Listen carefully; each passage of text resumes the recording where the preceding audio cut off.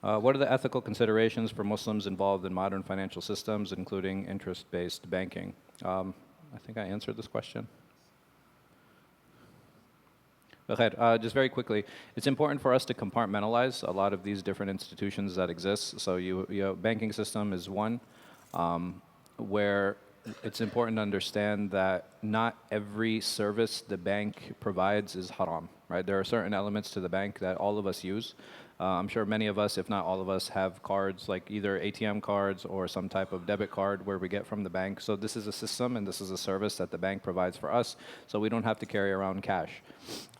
So when it comes to like the savings portion, utilizing certain facilities in the bank in and of itself, sometimes there are ways for an individual, you can even discuss with investment bankers like who tell you and who will guide you on how to invest your money. You can choose what you want to invest in. So again, there are certain services within the bank itself that are fine, that are permissible. There are certain jobs within the bank, so a person might be a teller, a person might have a certain IT position where they're creating certain programs, a person might even have to create certain algorithms where he's helping the bank choose on like, who's eligible for certain things.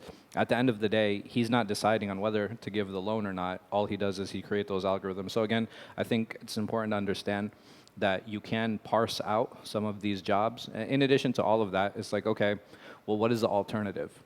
If we as Muslims, we as a community, it's important for us to build masajid, there's no doubt.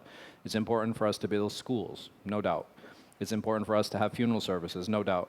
Okay, well, one of the services that we need to provide, right, like, so just like we have halal stores and things like that, okay, well, don't we need to have some type of financial institutions, right? Don't we need to have like some type of banking of our own? And there's no way for us to create our own banking systems unless we know somebody who is familiar with the banking system, right? And if we don't have people who are in that field, it becomes very difficult to offer any type of alternative. So if we want to because the steps would look something like, to me at least, it would be like, okay, well, we have conventional banking. Then I would say the next step for us as a community is Muslim banking, not Islamic, right? So the next is Muslim banking, meaning that you have a Muslim-run bank or a Muslim-run credit union where they can start changing the direction a little bit. And then after that, you can have like ideal Islamic banking, or within the Muslim bank, you can have like Islamic services, etc. But I think it's important for us to kind of have like the long game and understand how it is that we plan on moving forward.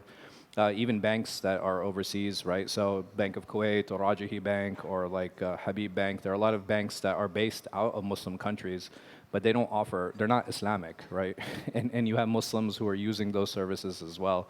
So it's important for us to keep in mind like, okay, well, what is our end game? What is the goal? How are we working? What are we going to do to institutionalize some of these services? So it's important to keep these things in mind when we talk about some of these issues. How should Muslims respond to accusations of Islam being inherently violent or oppressive? This is something that you would require data. So if somebody had asked and somebody had said like, okay, well, one of the major claims is Islam has spread by the sword. So there's the problem with this statement, Islam has spread by the sword. It has two meanings, right? Islam was spread by force, like meaning that people were forced to convert and come to Islam, and Islam was spread by battle. The first one is wrong, right? Nobody was ever forced to accept Islam. Nobody was, under coercion. There might be individual instances, right? But en masse, people are not forced to convert to Islam. People convert by choice. Now, was Islam spread by battle? Yes, it was, just like any other empire was spread. It was spread through battle, it was spread through war.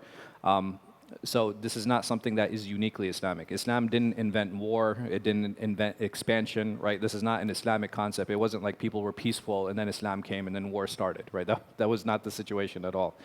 Islam came to bring justice to a lot of the existing systems. So buying and selling, for example, this is something that was pre-Islamic, but Islam set rules on how we should buy and sell. Marriage was a pre-Islamic system, but Islam came to set rules on how you should marry, what are the rights of a husband and wife, what are some of the conditions for that marriage.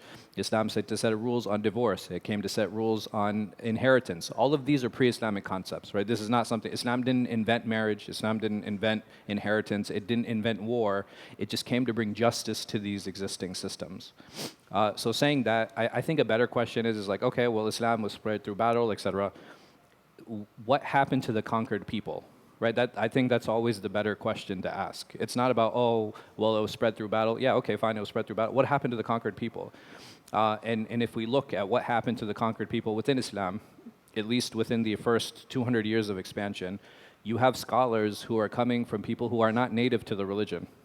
So initially, 100% of the audience of the Prophet sallallahu alaihi wasallam were Arab, 100%.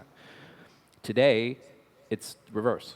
It's like I think 83% of Muslims are not Arab, right? 83% of Muslims are not Arab, 17% are.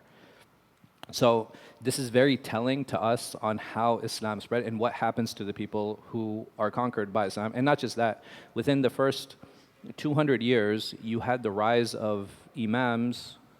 So these were people who held religious positions. Again, people who are not native to this. People who we know.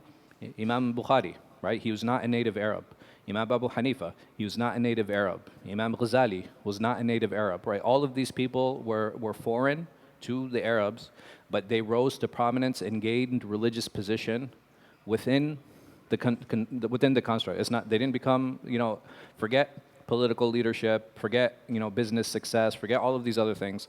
Within the religion, we have yet to see a black pope. Think about that. We have yet to see a black pope.